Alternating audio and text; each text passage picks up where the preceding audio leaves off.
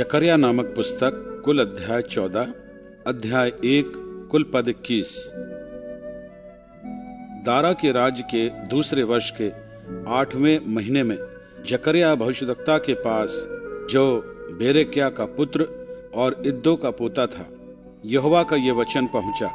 यहोवा तुम लोगों के पुरखाओं से बहुत ही क्रोधित हुआ था, इसलिए तू इन लोगों से कहे, सेनाओं का यहोवा यूं कहता है, तुम मेरी ओर फिरो। सेनाओं के यहोवा की यही वाणी है, तब मैं तुम्हारी ओर फिरूंगा। सेनाओं के यहोवा का यही वचन है, अपने पुरखाओं के समान ना बनो। उनसे तो पूर्व काल के भविष्यद्वक्ता यह पुकार पुकार कर कहते थे, सेनाओं का यहोवा यूं कहता है, अपने बुरे मार्गों से और अपने बुरे कामों से फिरो। परंतु उन्होंने ना तो सुना और ना मेरी ओर ध्यान दिया। यहोवा की यही वाणी है, तुम्हारे पुरखा कहाँ रहे? भविष्यद्वक्ता क्या सदा जीवित रहते हैं?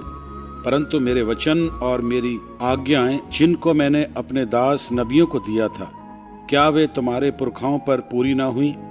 तब उन्होंने मन फिराया और कहा, सेनाओं की यहोवा ने हमारे चाल चलन और कामों के अनुसार हमसे जैसा व्यवहार करने को कहा था, वैसा ही उसने हमको बदला दिया है। दारा के दूसरे वर्ष के शबात नामक 11वें महीने के 24वें दिन को जकर्या नबी के पास, जो बेरेक्या का पुत्र और इद्दो का पोता था, यहोवा का वचन यूं पहुंचा। मैंने रात को स्वप्न में क्या देखा कि एक पुरुष लाल घोड़े पर चढ़ा हुआ उन मेहंदियों के बीच खड़ा है, जो नीचे स्थान में है, और उसके पीछे लाल और भूरे और श्वेत घोड़े भी खड़े हैं। तब मैंने कहा, हे मेरे प्रभु, ये कौन है? तब जो दूत मुझसे बातें करता था, उसने मुझसे कहा, मैं तुझे बताऊंगा कि ये कौन है।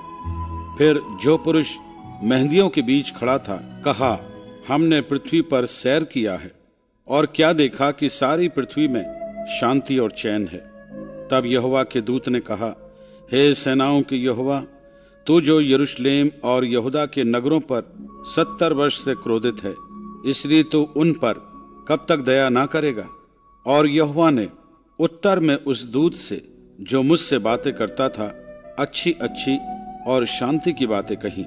तब जो दूत मुझसे बातें करता था, उसने मुझसे कहा, तू पुकार कर कहे कि सेनाओं का यहोवा यूं कहता है, मुझे यरूशलेम और सिय्योन के लिए बड़ी जलन हुई है। जो जातियां सुख से रहती हैं, उनसे मैं क्रोधित हूं, क्योंकि मैंने तो थोड़ा सा क्रोध किया था, परंतु उन्होंने विपत्ति को बढ़ा दिया। इस कारण यहोवा यूं कहता है, अब मैं दया करके यरूशलेम को लौट आया हूं। मेरा भवन उसमें बनेगा और यरूशलेम पर नापने की डोरी डाली जाएगी। सेनाओं के यहोवा की यही वाणी है। फिर यह भी पुकार कर कहे कि सेनाओं का यहोवा यूं कहता है, मेरे नगर फिर उत्तम वस्तुओं से भर जाएंगे, और यहोवा फिर सिय्योन को शांति देगा और यरूशलेम को फिर अपना ठहराएगा। फिर मैंने जो आंखें उठाई, तो क्या देखा कि 4 सींग हैं। तब जो दूत मुझसे बातें करता था, उससे मैंने पूछा, ये क्या हैं? उसने मुझसे कहा, ये वे ही सींग हैं जिन्होंने यहूदा और इस्राएल और यरूशलेम को तितर बितर किया है। फिर यहोवा ने मुझे 4 लोहार दिखाए। तब मैंने पूछा, ये क्या करने को आए हैं? उसने कहा, ये वे ही सींग हैं जिन्होंने यहूदा को ऐसा तितर बितर किया कि कोई सिर ना उठा सका। परंतु ये लोग उन्हें भगाने के लिए और उन जातियों के सींगों को काट डालने के लिए आए हैं, जिन्होंने यहूदा के देश को तितर बितर करने के लिए उनके विरुद्ध अपने अपने सींग उठाए थे।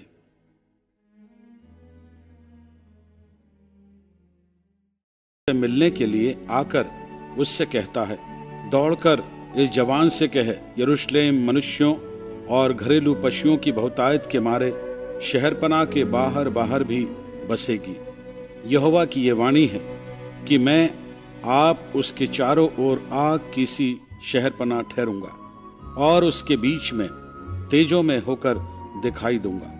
यहोवा की ये वाणी है, देखो सुनो, उत्तर के देश में से भाग जाओ। क्योंकि मैंने तुमको आकाश की चारों वायुओं के समान तितर बितर किया है।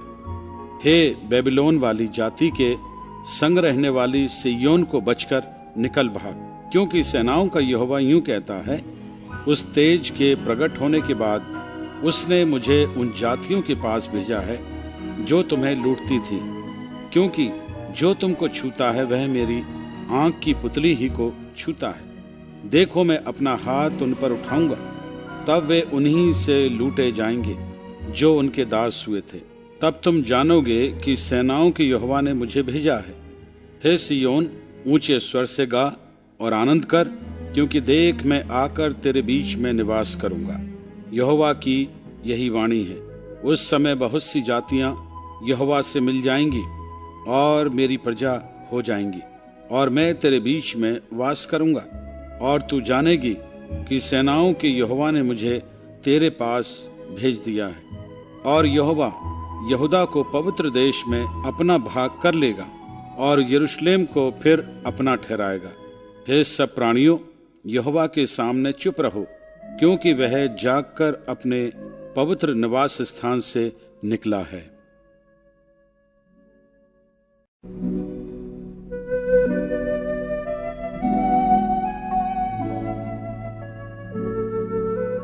जकर्या अध्याय 3 कुल पद 10। फिर उसने यहोशू महायाजक को यहोवा के दूत के सामने खड़ा हुआ मुझे दिखाया, और शैतान उसकी दाहिनी ओर उसका विरोध करने को खड़ा था। तब यहोवा ने शैतान से कहा, हे शैतान, यहोवा तुझको घुड़के। यहोवा जो यरूशलेम को अपना लेता है वही तुझे घुड़के। क्या यह आग से निकाली हुई लुकटी सी नहीं है? उस समय यहोशू तो दूत के सामने मैला वस्त्र पहने हुए खड़ा था। तब दूत ने उनसे जो सामने खड़े थे कहा, इसके ये मैले वस्त्र उतारो।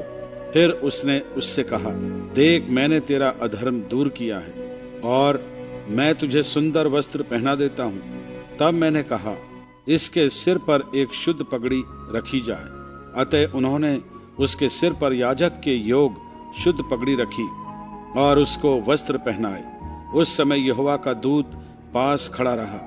तब यहोवा के दूत ने यहोशू को चिताकर कहा, सेनाओं का यहोवा तुझसे यूं कहता है, यदि तू मेरे मार्गों पर चले और जो कुछ मैंने तुझे सौंप दिया है उसकी रक्षा करे, तो तू मेरे भवन का न्यायी और मेरे आंगनों का रक्षक होगा। और मैं तुझको इनके बीच में आने जाने दूंगा जो पास खड़े हैं।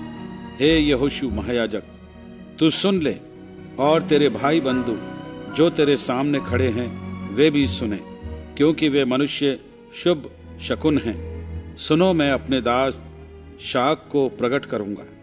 उस पत्थर को देख जिसे मैंने यहोशू के आगे रखा है। उस एक ही पत्थर के ऊपर 7 आंखें बनी हैं। सेनाओं की यहोवा की यह वाणी है, देख, मैं उस पत्थर पर खोद देता हूं और इस देश के अधर्म को एक ही दिन में दूर कर दूंगा।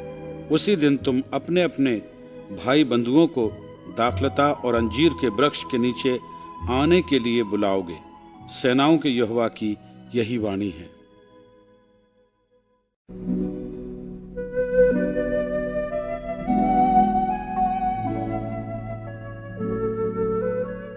जकर्या अध्याय 4 कुल पद 14। फिर जो दूत मुझसे बातें करता था उसने आकर मुझे ऐसा जगाया जैसा कोई नींद से जगाया जाए। उसने मुझसे पूछा, तुझे क्या दिखाई पड़ता है? मैंने कहा, एक दीवट है जो संपूर्ण सोने की है, और उसका कटोरा उसकी चोटी पर है, और उस पर उसके 7 दीपक हैं, जिनके ऊपर बत्ती के लिए 7 नालियां हैं। दीवट के पास जैतून के 2 वृक्ष हैं, एक उस कटोरे की दाहिनी ओर और दूसरा उसकी बाईं ओर। तब मैंने उस दूत से जो मुझसे बातें करता था पूछा, हे मेरे प्रभु, ये क्या है? जो दूत मुझसे बातें करता था उसने मुझको उत्तर दिया, क्या तू नहीं जानता कि ये क्या है? मैंने कहा, हे मेरे प्रभु, मैं नहीं जानता। तब उसने मुझे उत्तर देकर कहा, जरुब्बाबेल के लिए यहोवा का यह वचन है, ना तो बल से और ना शक्ति से, परंतु मेरे आत्मा के द्वारा होगा। मुझ सेनाओं के यहोवा का यही वचन है। हे बड़े पहाड़, तू क्या है? जरुब्बाबेल के सामने तू मैदान हो जाएगा, और वह चोटी का पत्थर यह पुकारते हुए आएगा, उस पर अनुग्रह हो अनुग्रह। फिर यहोवा का यह वचन मेरे पास पहुंचा, जरुब्बाबेल ने अपने हाथों से इस भवन की नींव डाली है, और वही अपने हाथों से उसको तैयार भी करेगा। तब तू जानेगा कि सेनाओं के यहोवा ने मुझे तुम्हारे पास भेजा है, क्योंकि किसने छोटी बातों का दिन तुच्छ जाना है। यहोवा अपनी इन 7 आंखों से सारी पृथ्वी पर दृष्टि करके साहुल को जरुब्बाबेल के हाथ में देखेगा और आनंदित होगा। तब मैंने उससे फिर पूछा, ये 2 जैतून के वृक्ष क्या हैं, जो दीवट की दाहिनी बाईं ओर हैं? फिर मैंने दूसरी बार उससे पूछा, जैतून की दोनों डालियां क्या हैं, जो सोने की दोनों नालियों के द्वारा अपने में से सुनहरा तेल उंडेलती हैं? उसने मुझसे कहा, क्या तू नहीं जानता कि ये क्या हैं? मैंने कहा, हे मेरे प्रभु, मैं नहीं जानता। तब उसने कहा, इनका अर्थ ताजे तेल से भरे हुए वे 2 पुरुष हैं, जो सारी पृथ्वी के परमेश्वर के पास हाजिर रहते हैं।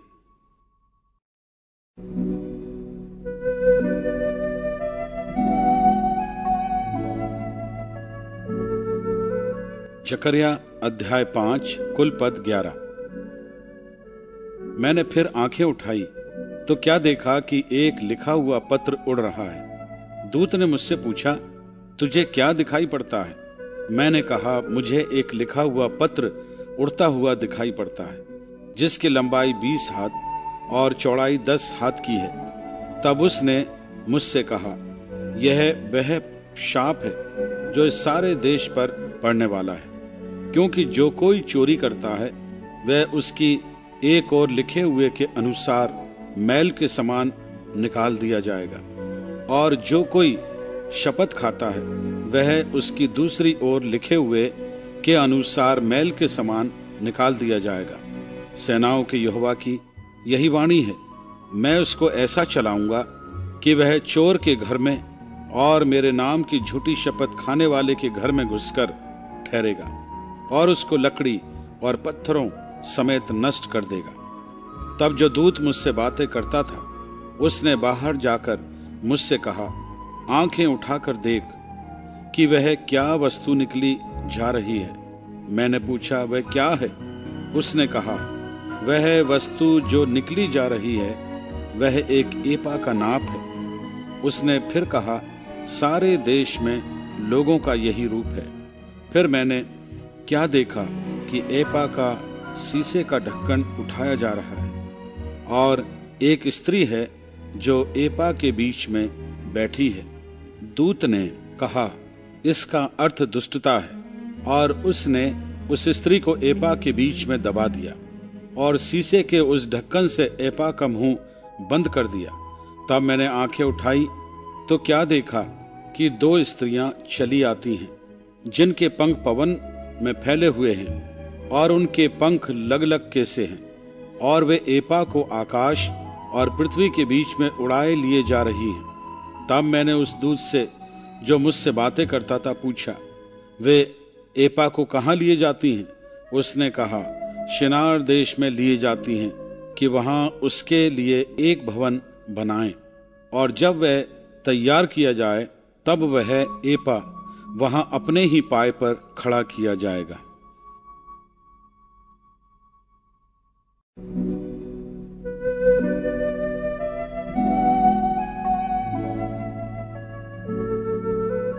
जकर्या अध्याय 6 कुल पद 15।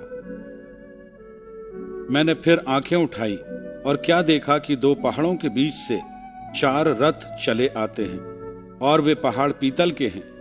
पहले रथ में लाल घोड़े और दूसरे रथ में काले, तीसरे रथ में श्वेत और चौथे रथ में चितकबरे और बादामी घोड़े हैं। तब मैंने उस दूत से जो मुझसे बातें करता था पूछा, हे मेरे प्रभु, ये क्या हैं? दूत ने मुझसे कहा, ये आकाश की 4 वायु हैं, जो सारी पृथ्वी के प्रभु के पास उपस्थित रहती हैं, परंतु अब निकल आए हैं, जिस रथ में काले घोड़े हैं वह उत्तर देश की ओर जाता है और श्वेत घोड़े उनके पीछे पीछे चले जाते हैं और चितकबरे घोड़े दक्षिण देश की ओर जाते हैं। बादामी घोड़ों ने निकलकर चाहा कि जाकर पृथ्वी पर फेरा करें। अतः दूत ने कहा, जाकर पृथ्वी पर फेरा करो। तब वे पृथ्वी पर फेरा करने लगे। तब उसने मुझसे पुकार कर कहा, देख, वे जो उत्तर के देश की ओर जाते हैं उन्होंने वहां मेरे प्राण को ठंडा किया है। फिर यहोवा का ये वचन मेरे पास पहुंचा, बंधुआई के लोगों में से हेल्दे, तोबिया और यदाया से कुछ ले, और उसी दिन तू सपन्याह के पुत्र योशिय्याह के घर में जा, जिसमें वे बेबीलोन से आकर उतरे हैं। उनके हाथ से सोना चांदी ले और मुकुट बनाकर उन्हें यहोसादाक के पुत्र यहोशू महायाजक के सिर पर रख, और उससे यह कहे, सेनाओं का यहोवा यूं कहता है, उस पुरुष को देख जिसका नाम शाक है, वह अपने ही स्थान में उगकर यहोवा के मंदिर को बनाएगा। वही यहोवा के मंदिर को बनाएगा और महिमा पाएगा और अपने सिंहासन पर विराजमान होकर प्रभुता करेगा। उसके सिंहासन के पास एक याजक भी रहेगा और दोनों के बीच मेल की सम्मति होगी। और वे मुकुट हेलेम, तोबिया, यदाया और सपन्याह के पुत्र हेन को मिलें, और वे यहोवा के मंदिर में स्मरण के लिए बने रहें। फिर दूर दूर के लोग आकर यहोवा का मंदिर बनाने में सहायता करेंगे। और तुम जानोगे कि सेनाओं के यहोवा ने मुझे तुम्हारे पास भेजा है। यदि तुम मन लगाकर अपने परमेश्वर यहोवा की आज्ञाओं का पालन करो तो यह बात पूरी होगी।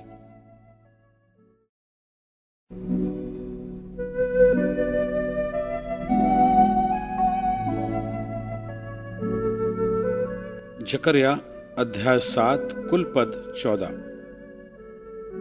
फिर दारा राजा के चौथे वर्ष के किसलेव नामक 9वें महीने के चौथे दिन को यहोवा का यह वचन जकर्या के पास पहुंचा।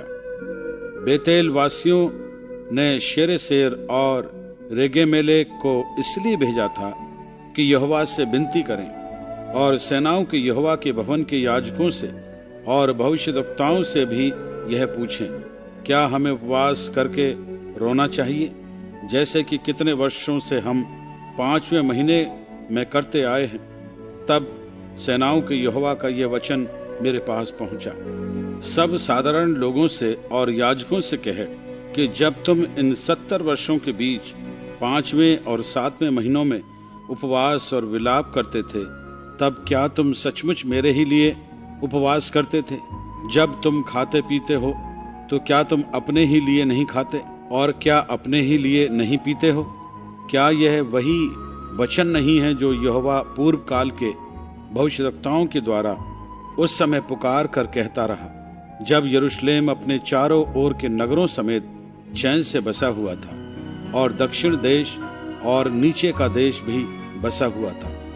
फिर यहोवा का यह वचन जकर्या के पास पहुंचा। सेनाओं के यहोवा ने यूं कहा है, खराई से न्याय चुकाना और एक दूसरे के साथ कृपा और दया से काम करना, ना तो विधवा पर अंधेर करना, ना अनाथों पर, ना परदेसी पर और ना दीन जन पर, और ना अपने अपने मन में एक दूसरे की हानि की कल्पना करना। परंतु उन्होंने चित्त लगाना ना चाहा और हठ किया और अपने कानों को बंद कर लिया ताकि सुन ना सकें। वरन उन्होंने अपने हृदय को इसलिए पत्थर सा बना लिया कि वे उस व्यवस्था और उन वचनों को ना मान सकें जिन्हें सेनाओं के यहोवा ने अपने आत्मा के द्वारा पूर्व काल के भविष्यद्वक्ताओं से कहला भेजा था। इस कारण सेनाओं के यहोवा की ओर से उन पर बड़ा क्रोध भड़का। सेनाओं के यहोवा का यही वचन है, जैसे मेरे पुकारने पर उन्होंने नहीं सुना, वैसे ही उनके पुकारने पर मैं भी ना सुनूंगा। वरन मैं उन्हें उन सब जातियों के बीच जिन्हें वे नहीं जानते आंधी के द्वारा तितर बितर कर दूंगा, और उनका देश उनके पीछे ऐसा उजड़ा पड़ा रहेगा कि उसमें किसी का आना जाना ना होगा। इसी प्रकार से उन्होंने मनोहर देश को उजाड़ दिया।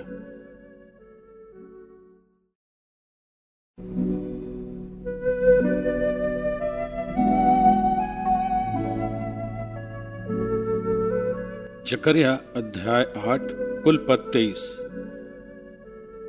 फिर सेनाओं के यहोवा का यह वचन मेरे पास पहुंचा।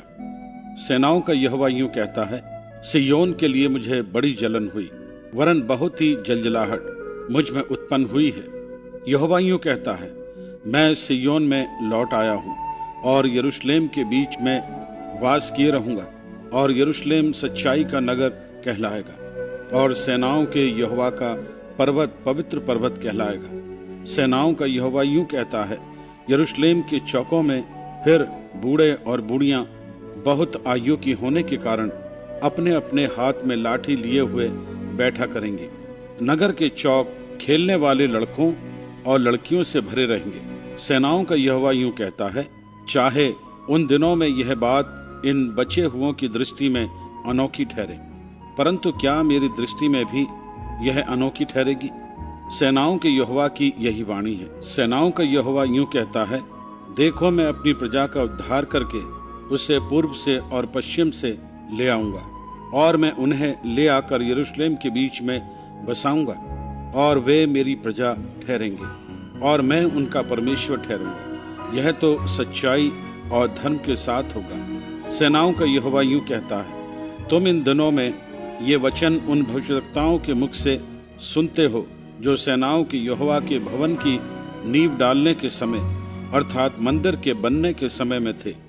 उन दिनों के पहले ना तो मनुष्य की मजदूरी मिलती थी और ना पशु का भाड़ा, वरन सताने वालों के कारण ना तो आने वाले को चैन मिलता था और ना जाने वाले को, क्योंकि मैं सब मनुष्यों से एक दूसरे पर चढ़ाई कराता था। परंतु अब मैं इस प्रजा के बचे हुओं से ऐसा बर्ताव ना करूंगा जैसा कि पहले के दिनों में करता था। सेनाओं के यहोवा की यही वाणी है, क्योंकि अब शांति के समय की उपज अर्थात दाखलता फला करेगी, पृथ्वी अपनी उपज उपजाया करेगी और आकाश से ओस गिरा करेगी, क्योंकि मैं अपनी इस प्रजा के बचे हुओं को इन सब का अधिकारी कर दूंगा। हे यहूदा के घराने और इस्राएल के घराने, जिस प्रकार तुम जाति जाति के बीच शाप के कारण थे, उसी प्रकार मैं तुम्हारा उद्धार करूंगा और तुम आशीष के कारण होगे। इसलिए तुम मत डरो और ना तुम्हारे हाथ ढीले पड़ने पाए, क्योंकि सेनाओं का यहोवा यूं कहता है, जिस प्रकार जब तुम्हारे पुरखा मुझे रिस दिलाते थे, तब मैंने उनकी हानि करने की ठान ली थी और फिर ना पछताया, उसी प्रकार मैंने इन दिनों में यरूशलेम की और यहूदा के घराने की भलाई करने की ठान ली है। इसलिए तुम मत डरो। जो जो काम तुम्हें करना चाहिए वे ये हैं, एक दूसरे के साथ सत्य बोला करना, अपनी कचहरियों में सच्चाई का और मेल मिलाप की नीति का न्याय करना, और अपने अपने मन में एक दूसरे की हानि की कल्पना ना करना, और झूठी शपथ से प्रीति ना रखना, क्योंकि इन सब कामों से मैं घृणा करता हूँ। यहोवा की यही वाणी है। फिर सेनाओं के यहोवा का यह वचन मेरे पास पहुंचा। सेनाओं का यहोवा यूं कहता है, चौथे, पांचवें, सातवें और 10वें महीने में जो जो उपवास के दिन होते हैं, वे यहूदा के घराने के लिए हर्ष और आनंद और उत्सव के पर्वों के दिन हो जाएंगे। इसलिए अब तुम सच्चाई और मेल मिलाप से प्रीति रखो। सेनाओं का यहोवा यूं कहता है, ऐसा समय आने वाला है कि देश देश के लोग और बहुत नगरों के रहने वाले आएंगे, और एक नगर के रहने वाले दूसरे नगर के रहने वालों के पास जाकर कहेंगे, यहोवा से विनती करने और सेनाओं के यहोवा को ढूंढने के लिए चलो। मैं तो जा रहा हूँ। बहुत से देशों के वरन सामर्थी जातियों के लोग यरूशलेम में सेनाओं के यहोवा को ढूंढने और यहोवा से विनती करने के लिए आएंगे। सेनाओं का यहोवा यूं कहता है, उन दिनों में भांति भांति की भाषा बोलने वाली सब जातियों में से 10 मनुष्य एक यहूदी पुरुष के वस्त्र की छोर को यह कहकर पकड़ लेंगे, हम तुम्हारे संग चलेंगे, क्योंकि हमने सुना है कि परमेश्वर तुम्हारे साथ है।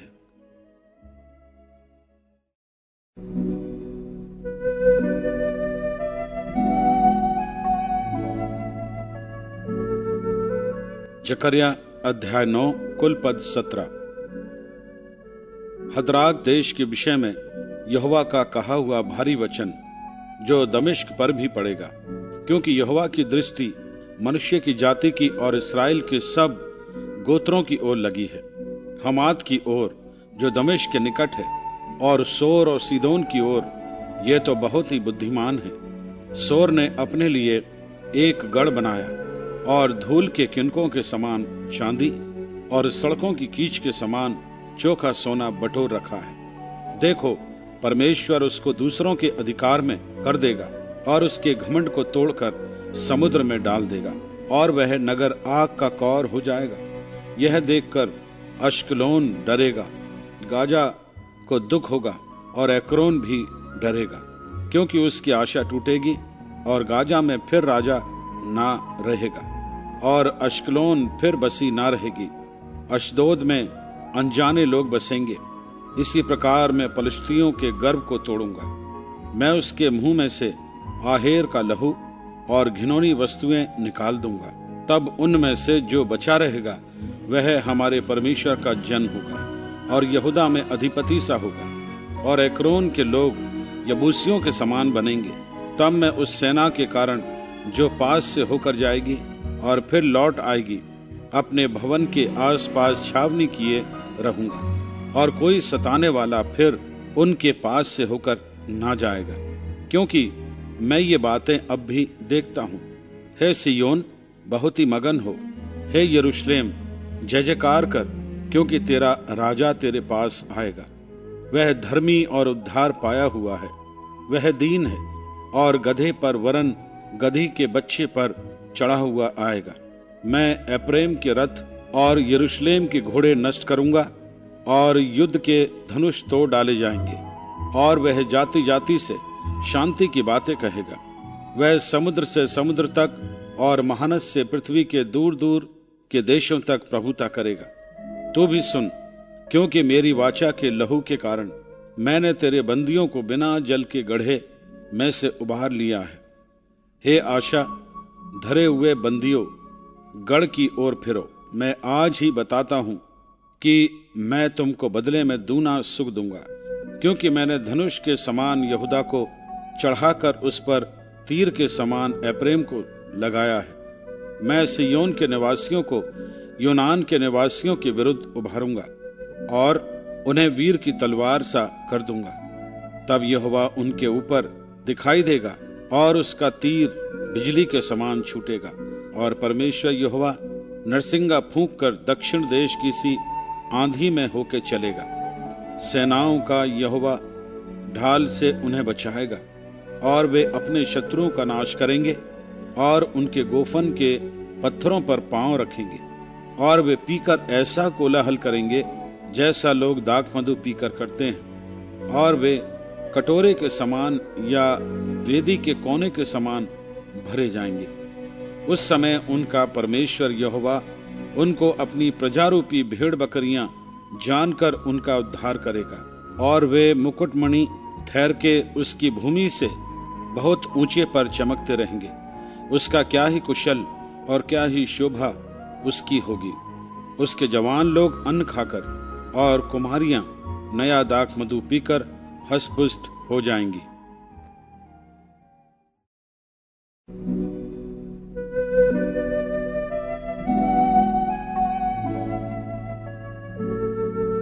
जकर्या अध्याय 10 कुल पद 12।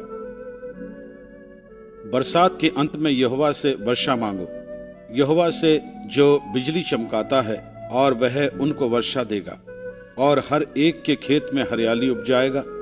क्योंकि ग्रह देवता अनर्थ बात कहते और भावी कहने वाले झूठा दर्शन देखते और झूठे स्वप्न सुनाते और व्यर्थ शांति देते हैं। इस कारण लोग भेड़ बकरियों के समान भटक गए और चरवाहे ना होने के कारण दुर्दशा में पड़े हैं। मेरा क्रोध चरवाहों पर भड़का है और मैं उन बकरों को दंड दूंगा, क्योंकि सेनाओं का यहोवा अपने झुंड अर्थात यहूदा के घराने का हाल देखने को आएगा और लड़ाई में उनको अपना हष्ट पुष्ट घोड़ा सा बनाएगा।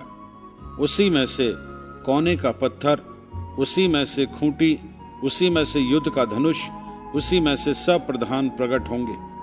वे ऐसे वीरों के समान होंगे जो लड़ाई में अपने बैरियों को सड़कों की कीच के समान रौंदते हों। वे लड़ेंगे क्योंकि यहोवा उनके संग रहेगा, इस कारण वे वीरता से लड़ेंगे और सवारों की आशा टूटेगी। मैं यहूदा के घराने को पराक्रमी करूंगा और यूसुफ के घराने का उद्धार करूंगा। मुझे उन पर दया आई है, इस कारण मैं उन्हें लौटा लाकर उन्हीं के देश में बसाऊंगा, और वे ऐसे होंगे मानो मैंने उनको मन से नहीं उतारा। मैं उनका परमेश्वर होऊंगा, इसलिए उनकी सुन लूंगा। ऐ प्रेमी लोग वीर के समान होंगे और उनका मन ऐसा आनंदित होगा जैसे दाख मधु से होता है। यह देखकर उनके बच्चे आनंद करेंगे और उनका मन यहोवा के कारण मगन होगा। मैं सीटी बजाकर उनको इकट्ठा करूंगा, क्योंकि मैं उनका छुड़ाने वाला हूं, और वे ऐसे बढ़ेंगे जैसे पहले बढ़े थे। यद्यपि मैं उन्हें जाति जाति के लोगों के बीच बिखेर दूंगा, तो भी वे दूर दूर देशों में मुझे स्मरण करेंगे और अपने बालकों समेत जीवित लौट आएंगे। मैं उन्हें मिस्र देश से लौटा लाऊंगा और अश्शूर से इकट्ठा करूंगा और गिलाद और लबानोन के देशों में ले आकर इतना बढ़ाऊंगा कि वहां वे समा ना सकेंगे। वह उस कष्टदायी समुद्र में से होकर उसकी लहरें दबाता हुआ जाएगा और नील नदी का सब गहरा जल सूख जाएगा। अश्शूर का घमंड तोड़ा जाएगा और मिस्र का राजदंड जाता रहेगा। मैं उन्हें यहोवा द्वारा पराक्रमी करूंगा और वे उसके नाम से चले फिरेंगे। यहोवा की यही वाणी है।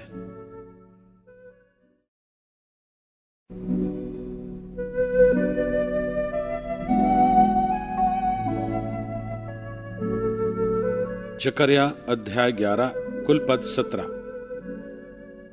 हे लबानोन, आग को रास्ता दे कि वह आकर तेरे देवदारों को भस्म करे। हे सन्नोबरो, हाय हाय करो, क्योंकि देवदार गिर गया है और बड़े से बड़े वृक्ष नष्ट हो गए हैं। हे बाशान के बांज वृक्षों, हाय हाय करो, क्योंकि अगम्य वन काटा गया है। चरवाहों के हाहाकार का शब्द हो रहा है, क्योंकि उनका वैभव नष्ट हो गया है। जवान सिंहों का गरजना सुनाई देता है, क्योंकि यरदन के किनारे का घना वन नष्ट किया गया है। मेरे परमेश्वर यहोवा ने ये आज्ञा दी, घात होने वाली भेड़ बकरियों का चरवाहा हो जा। उनके मोल लेने वाले उन्हें घात करने पर भी दोषी नहीं ठहरते, और उनके बेचने वाले कहते हैं, यहोवा धन्य है, हम धनी हो गए हैं। और उनके चरवाहे उन पर कुछ दया नहीं करते। यहोवा की ये वाणी है, मैं इस देश के रहने वालों पर फिर दया ना करूंगा। देखो, मैं मनुष्यों को एक दूसरे के हाथ में और उनके राजा के हाथ में पकड़वा दूंगा, और वे इस देश का नाश करेंगे, और मैं उसके रहने वालों को उनके वश से ना छुड़ाऊंगा। इसलिए मैं घात होने वाली भेड़ बकरियों को, और विशेष करके उनमें से जो दीन थी, उनको चराने लगा। और मैंने 2 लाठियां ली, एक का नाम मैंने अनुग्रह रखा और दूसरी का नाम एकता। इनको लिए हुए मैं उन भेड़ बकरियों को चराने लगा। मैंने उनके 3 चरवाहों को 1 महीने में नष्ट कर दिया, परंतु मैं उनके कारण अधीर था और वे मुझसे घृणा करती थी। तब मैंने उनसे कहा, मैं तुमको ना चराऊंगा।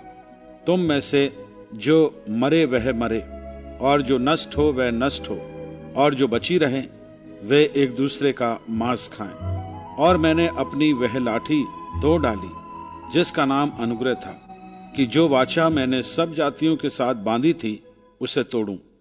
वह उसी दिन तोड़ी गई, और इससे दीन भेड़ बकरियां जो मुझे ताकती थीं, उन्होंने जान लिया कि यह यहोवा का वचन है। तब मैंने उनसे कहा, यदि तुमको अच्छा लगे तो मेरी मजदूरी दो, और नहीं तो मत दो। तब उन्होंने मेरी मजदूरी में चांदी के 30 टुकड़े तौल दिए। तब यहोवा ने मुझसे कहा, इन्हें कुम्हार के आगे फेंक दे। यह क्या ही भारी दाम है जो उन्होंने मेरा ठहराया है। तब मैंने चांदी के उन 30 टुकड़ों को लेकर यहोवा के घर में कुम्हार के आगे फेंक दिया। तब मैंने अपनी दूसरी लाठी जिसका नाम एकता था इसलिए तोड़ डाली कि मैं उस भाईचारे के नाते को तोड़ डालूं जो यहूदा और इस्राएल के बीच में है। तब यहोवा ने मुझसे कहा, अब तू मूढ़ चरवाहे के हथियार ले ले, क्योंकि मैं इस देश में एक ऐसा चरवाहा ठहराऊंगा जो खोई हुई को ना ढूंढेगा, ना तितर बितर को इकट्ठी करेगा, ना घायलों को चंगा करेगा, ना जो भली चंगी हैं उनका पालन पोषण करेगा, वरन मोटियों का मांस खाएगा और उनके खुरों को फाड़ डालेगा। हाय उस निकम्मे चरवाहे पर जो भेड़ बकरियों को छोड़ जाता है, उसकी बाहां और दाहिनी आंख दोनों पर तलवार लगेगी। तब उसकी बाहां सूख जाएगी और उसकी दाहिनी आंख फूट जाएगी।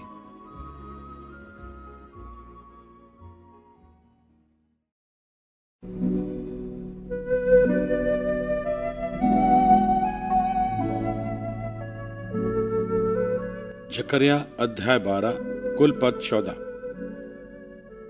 इस्राएल के विषय में यहोवा का कहा हुआ भारी वचन। यहोवा जो आकाश का तानने वाला, पृथ्वी की नींव डालने वाला और मनुष्य की आत्मा का रचने वाला है, उसकी ये वाणी है, देखो मैं यरूशलेम को चारों ओर की सब जातियों के लिए लड़खड़ा देने के मद का कटोरा ठहरा दूंगा। और जब यरूशलेम घेर लिया जाएगा तब यहूदा की दशा भी ऐसी ही होगी। उस समय पृथ्वी की सारी जातियां यरूशलेम के विरुद्ध इकट्ठी होंगी। तब मैं उसको इतना भारी पत्थर बनाऊंगा कि जो उसको उठाएंगे वे बहुत ही घायल होंगे। यहोवा की ये वाणी है, उस समय मैं एक एक घोड़े को घबरा दूंगा और उसके सवार को घायल करूंगा, परंतु मैं यहूदा के घराने पर कृपा दृष्टि रखूंगा। जब मैं अन्य जातियों के सब घोड़ों को अंधा कर डालूंगा, तब यहूदा के अधिपति सोचेंगे, यरूशलेम के निवासी अपने परमेश्वर सेनाओं के यहोवा की सहायता से मेरे सहायक बनेंगे। उस समय मैं यहूदा के अधिपतियों को ऐसा कर दूंगा जैसी लकड़ी के ढेर में आग भरी अंगीठी या पूले में जलती हुई मशाल होती है, अर्थात वे दाहिने बाएं चारों ओर के सब लोगों को भस्म कर डालेंगे। और यरूशलेम जहां अब बसी है वहीं बसी रहेगी। यरूशलेम में ही यहोवा पहले यहूदा के तंबुओं का उद्धार करेगा। कहीं ऐसा ना हो कि दाऊद का घराना और यरूशलेम के निवासी अपने अपने वैभव के कारण यहूदा के विरुद्ध बड़ाई मारे। उस समय यहोवा यरूशलेम के निवासियों को मानो ढाल से बचा लेगा, और उस समय उनमें से जो ठोकर खाने वाला हो वह दाऊद के समान होगा, और दाऊद का घराना परमेश्वर के समान होगा, अर्थात यहोवा के उस दूत के समान जो उनके आगे आगे चलता था। उस समय मैं उन सब जातियों का नाश करने का यत्न करूंगा जो यरूशलेम पर चढ़ाई करेंगी। मैं दाऊद के घराने और यरूशलेम के निवासियों पर अपना अनुग्रह करने वाली और प्रार्थना सिखाने वाली आत्मा उंडेलूंगा। तब वे मुझे ताकेंगे, अर्थात जिसे उन्होंने बेधा है, और उसके लिए ऐसे रोएंगे जैसे इकलौते पुत्र के लिए रोते पीटते हैं, और ऐसा भारी शोक करेंगे जैसा पहिलौठे के लिए करते हैं। उस समय यरूशलेम में इतना रोना पीटना होगा जैसा मगिद्दोन की तराई में हद्रिम्मोन में हुआ था। सारे देश में विलाप होगा, हर एक परिवार में अलग अलग, अर्थात दाऊद के घराने का परिवार अलग और उनकी स्त्रियां अलग, नातान के घराने का परिवार अलग और उनकी स्त्रियां अलग, लेवी के घराने का परिवार अलग और उनकी स्त्रियां अलग, शिमियों का परिवार अलग और उनकी स्त्रियां अलग, और जितने परिवार रह गए हों हर एक परिवार अलग अलग और उनकी स्त्रियां भी अलग अलग।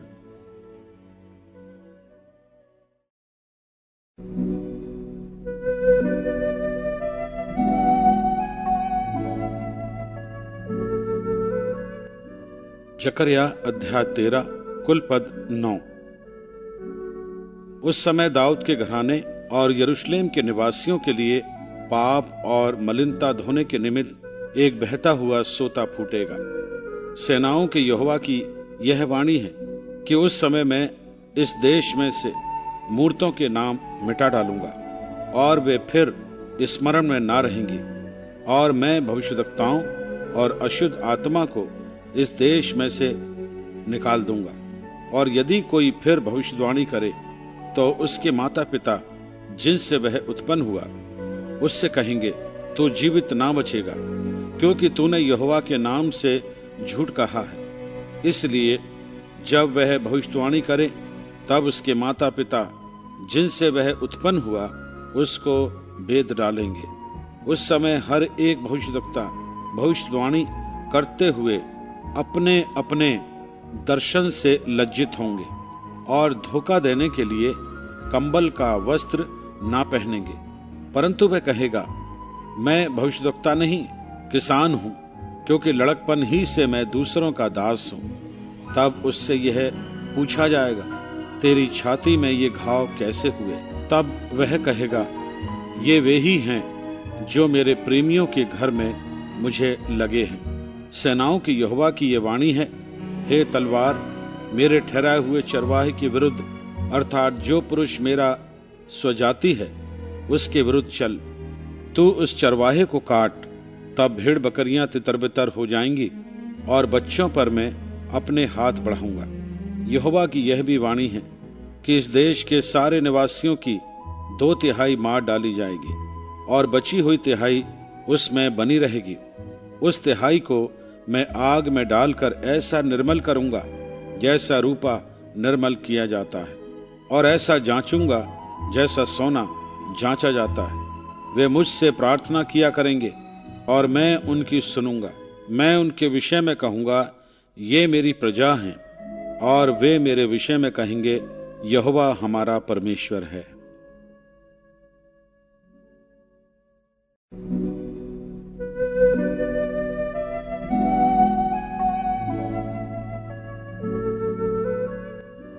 जकर्या अध्याय 14 कुल पद 21। सुनो, यहोवा का एक ऐसा दिन आने वाला है जिसमें तेरा धन लूटकर तेरे बीच में बांट लिया जाएगा, क्योंकि मैं सब जातियों को यरूशलेम से लड़ने के लिए इकट्ठा करूंगा, और वह नगर ले लिया जाएगा, और घर लूटे जाएंगे, और स्त्रियां भ्रष्ट की जाएंगी। नगर के आधे लोग बंधुआई में जाएंगे, परंतु प्रजा के शेष लोग नगर ही में रहने पाएंगे। तब यहोवा निकलकर उन जातियों से ऐसा लड़ेगा जैसा वह संग्राम के दिन में लड़ा था। उस दिन वह जैतून के पर्वत पर पांव रखेगा जो पूर्व की ओर यरूशलेम के सामने है। तब जैतून का पर्वत पूर्व से लेकर पश्चिम तक बीचों बीच से फटकर बहुत बड़ा खड़ हो जाएगा। तब आधा पर्वत उत्तर की ओर और आधा दक्षिण की ओर हट जाएगा। तब तुम मेरे बनाए हुए उस खड से होकर भाग जाओगे, क्योंकि वह खड आसेल तक पहुंचेगा, वरन तुम ऐसे भागोगे जैसे उस भूकंप के डर से भागे थे जो यहूदा के राजा उजिया के दिनों में हुआ था। तब मेरा परमेश्वर यहोवा आएगा और सब पवित्र लोग उसके साथ रहेंगे। उस दिन कुछ उजियाला ना रहेगा, क्योंकि ज्योतिगण सिमट जाएंगे और लगातार एक ही दिन होगा जिसे यहोवा ही जानता है। ना तो दिन होगा और न रात होगी, परंतु सांझ के समय उजियाला होगा। उस दिन यरूशलेम से बहता हुआ जल फूट निकलेगा। उसकी एक शाखा पूरब के ताल और दूसरी पश्चिम के समुद्र की ओर बहेगी, और धूप के दिनों में और जाड़े के दिनों में भी बराबर बहती रहेगी। तब यहोवा सारी पृथ्वी का राजा होगा, और उस दिन एक ही यहोवा और उसका नाम भी एक ही माना जाएगा। गेबा से लेकर यरूशलेम के दक्षिण की ओर के रिम्मोन तक सब भूमि अराबा के समान हो जाएगी, परंतु वह ऊंची होकर बिन्यामीन के फाटक से लेकर पहले फाटक के स्थान तक और कोने वाले फाटक तक और हन्नेल के गुम्मट से लेकर राजा के दाखरस कुंडों तक अपने स्थान में बसेगी। लोग उसमें बसेंगे, क्योंकि फिर सत्यानाश का श्राप ना होगा, और यरूशलेम बेखटके बसी रहेगी। जितनी जातियों ने यरूशलेम से युद्ध किया है, उन सबों को यहोवा ऐसी मार से मारेगा कि खड़े खड़े उनका मांस सड़ जाएगा, और उनकी आंखें अपने गोलकों में सड़ जाएंगी और उनकी जीभ उनके मुंह में सड़ जाएगी। उस समय यहोवा की ओर से उनमें बड़ी घबराहट बैठेगी और वे एक दूसरे के हाथ को पकड़ेंगे और एक दूसरे पर अपने अपने हाथ उठाएंगे। यहूदा भी यरूशलेम में लड़ेगा और सोना, चांदी, वस्त्र आदि चारों ओर की सब जातियों की धन संपत्ति उसमें बटोरी जाएगी और घोड़े, खच्चर, ऊंट और गधे वरन जितने पशु उनकी छावनियों में होंगे वे भी ऐसी ही बीमारी से मारे जाएंगे। तब जितने लोग यरूशलेम पर चढ़ने वाली सब जातियों में से बचे रहेंगे वे प्रति वर्ष राजा को अर्थात सेनाओं के यहोवा को दंडवत करने और झोपड़ियों का पर्व मानने के लिए यरूशलेम को जाया करेंगे। और पृथ्वी के कुलों में से जो लोग यरूशलेम में राजा अर्थात सेनाओं के यहोवा को दंडवत करने के लिए ना जाएंगे उनके यहाँ वर्षा ना होगी। यदि मिस्र का कुल वहां ना आए तो क्या उन पर वह मरी ना पड़ेगी, जिससे यहोवा उन जातियों को मारेगा जो झोपड़ियों का पर्व मानने के लिए ना जाएंगे। यह मिस्र का और उन सब जातियों का पाप ठहरेगा जो झोपड़ियों का पर्व मानने के लिए ना जाएंगे। उस दिन घोड़ों की घंटियों पर भी यह लिखा रहेगा, यहोवा के लिए पवित्र, और यहोवा के भवन की हंडियां उन कटोरों के तुल्य पवित्र ठहरेंगी जो वेदी के सामने रहते हैं। वरन यरूशलेम में और यहूदा देश में सब हंडियां सेनाओं के यहोवा के लिए पवित्र ठहरेंगी और सब मेलबलि करने वाले आकर उन हंडियों में मांस पकाया करेंगे। तब सेनाओं के यहोवा के भवन में फिर कोई व्यापारी ना पाया जाएगा।